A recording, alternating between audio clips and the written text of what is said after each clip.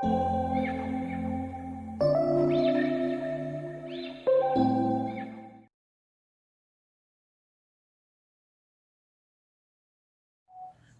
Part third की आज की क्लास में हम पढ़ने जा रहे हैं ऊष्माधारिता। आगे के हमने जो पिछले गुण हमने पढ़े थे अतिचालकों के, उसमें आगे बढ़ते हैं। हमने कल प्रारूप फर्स्ट और प्रारूप सेकंड के अतिचालकों पे डिस्कस किया था। प्रारूप फर्स्ट के अतिचालक मृदु अतिचालक कहलाते हैं और प्रारूप सेकंड के अतिचालक कठोर अतिचालक की श्रेणी में आते हैं। आज हम पढ़ेंगे ऊष्माधारिता। जो अतिचालक हैं उनकी ऊष्माधारिता को हम डिस्कस करेंगे। तो मेरी उम्मीद है कि आप लोग जो है कंटिन्यू इन नोट्स को नोट कर रहे होंगे, नोट डाउन कर रहे होंगे, लिख कर के नोट्स बना रहे होंगे, क्योंकि एग्ज़ाम में आपके काम में आने वाली चीज़ें हैं।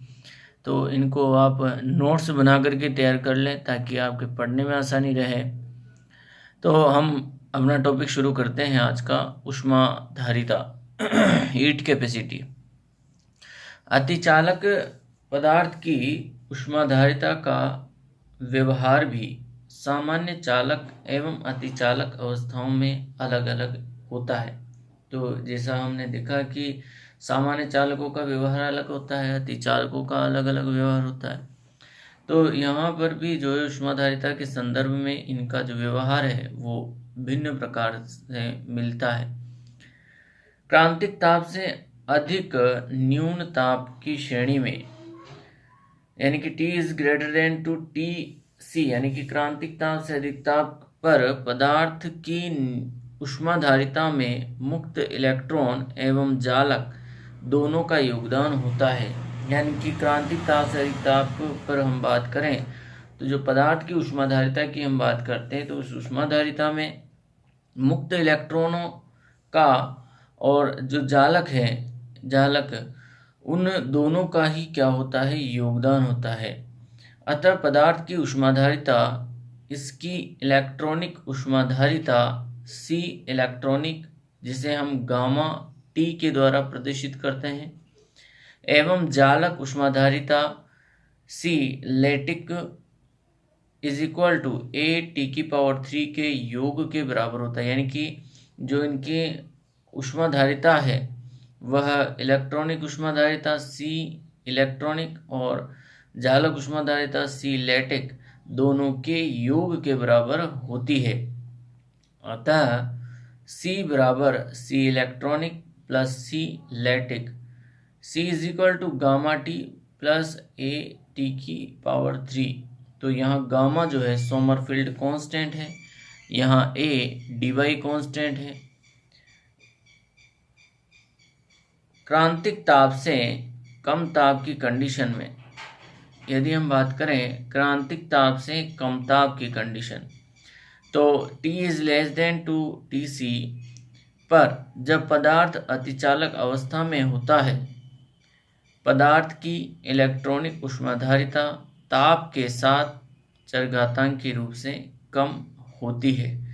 यानी कि T is less than to TC की कंडीशन में जो अतिचालक अवस्था होती है उसमें जो इलेक्ट्रॉनिक ऊष्माधारिता है वो ताप के साथ जो है चरघातांकी रूप से क्या होती जाती है, कम होती जाती है। उसकी ऊष्माधारिता का मान कम होता जाता है। अतः TC is greater than to T तापरास में अतिचालक की इलेक्ट्रॉनिक ऊष्माधारिता का जो व्यवहार है वो निम्न प्रकार से होगा।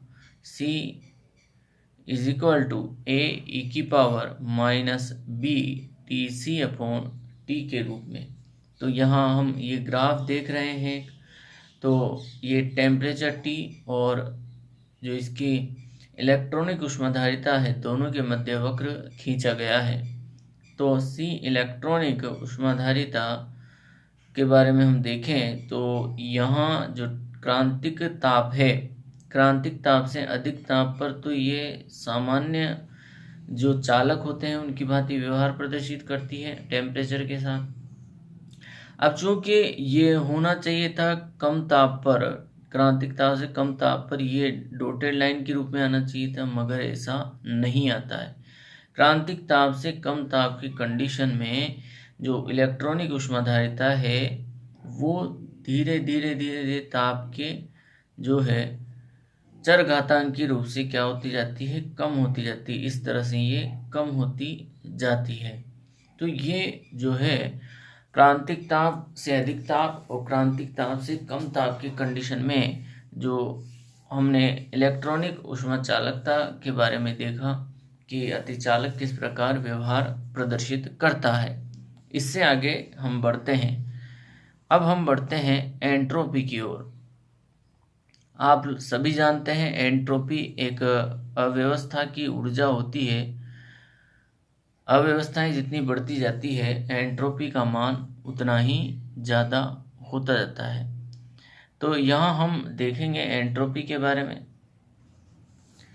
तो न्यून ताप पर अतिचालक पदार्थ की एंट्रोपी मापन के प्रयोगों से प्रेक्षित किया गया कि क्रांतिक ताप Tc से कम ताप पर पदार्थ की सामान्य चालक अवस्था की तुलना में अतिचालक अवस्था में एंट्रोपी अधिक तेजी से कम होती है।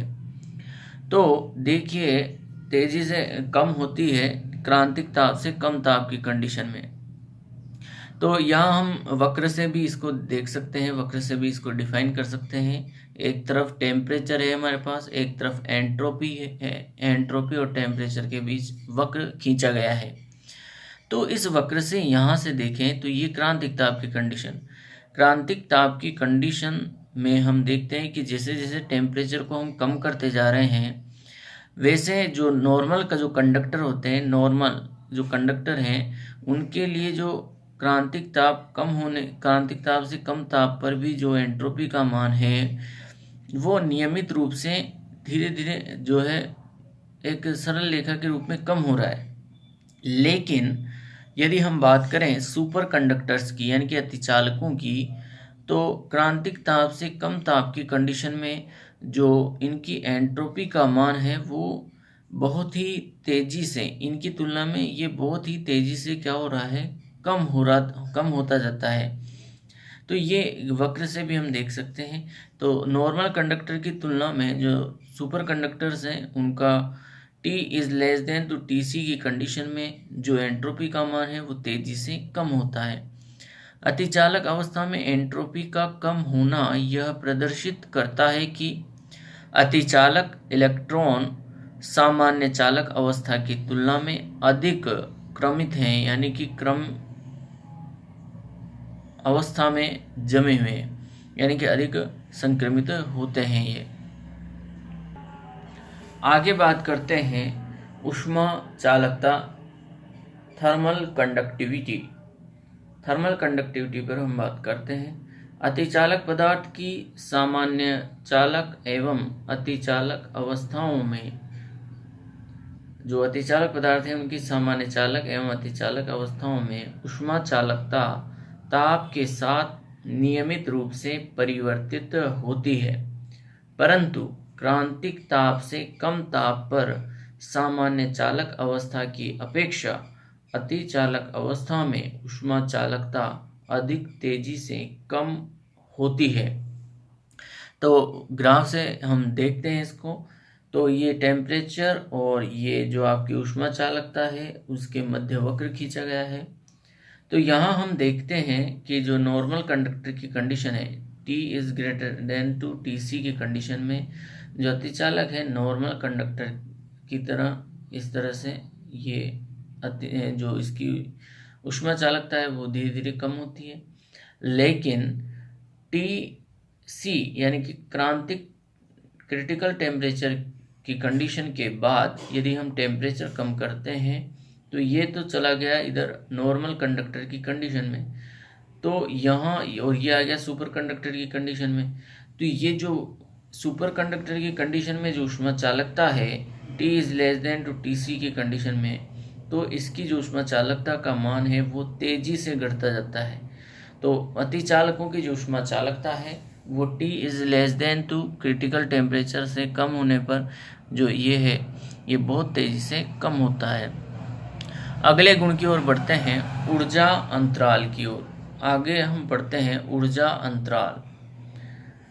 ऊर्जा अंतराल एनर्जी गैप सामान्य चालकों में 0 केल्विन ताप पर फर्मी ऊर्जा तल से नीचे के सभी सामान्य ऊर्जा स्तर भरे रहते हैं तथा चालन बैंड पूर्णतया अपूरित होता है। यानी कि यदि हम सामान्य चालकों की बात करें, नॉर्मल कंडक्टर्स की, तो नॉर्मल कंडक्टर्स के लिए हम ये कह सकते हैं कि 0 केल्विन ताप पर फर्मी ऊर्जा तल से नीचे के जो सभी ऊर्जा स्तर हैं वो भरे रहते हैं और चालन बैंड जो है पूर्ण रूप से अपूरित रहता है, यानी कि वहाँ इलेक्ट्रॉन अनुपस्थित रहते हैं। तो ये कंडीशन हम देख सकते हैं, ये सामान्य चालकों की है कि यहाँ पूरा जो चालन बैंड है वो रिक्त है, अपूरित है।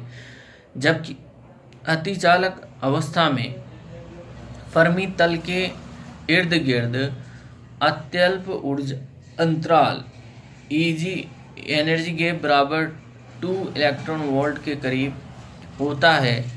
इस ऊर्जा के नीचे के सभी अतिचालक ऊर्जा स्तर भरे रहते हैं तथा कोई भी अतिचालक इलेक्ट्रॉन वर्जित ऊर्जा अंतराल से ऊपर नहीं होता है।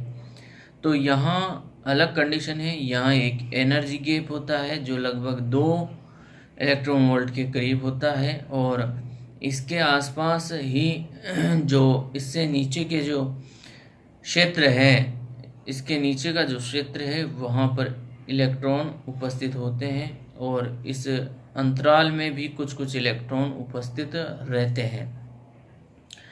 इसे फर्मी ऊर्जा तल कहते हैं। तो यहाँ होता है, इस ऊर्जा स्तर के नीचे सभी अतिचालक ऊर्जा स्तर भरे रहते हैं। कोई भी अतिचालक इलेक्ट्रॉन वर्जित ऊर्जा अंतराल से ऊपर नहीं होता। यहाँ फिर इसके ऊपर जो है कोई भी इलेक्ट्रॉन उपस्थित नहीं होता। ये अतिचालक अवस्था के लिए जो ऊर्जा बैंड है वो इस तरह से रहता है। आज की क्लास में हम इतना ही पढ़ेंगे। नेक्स्ट क्लास में हम इसके आगे के गुणों पर हम चर्चा करेंगे, जहां हम अतिचालकों के सैद्धांतिक सर्वेक्षण पे चर्चा करेंगे, जहां अतिचालकों के संक्रमण ऊष्मागतिकी BCS सिद्धांत इनको डिस्कस करेंगे। तो थैंक यू, आप लोग इनको पढ़ते रहें, चैनल को लाइक एंड सब्सक्राइब करते रहें। Thank you.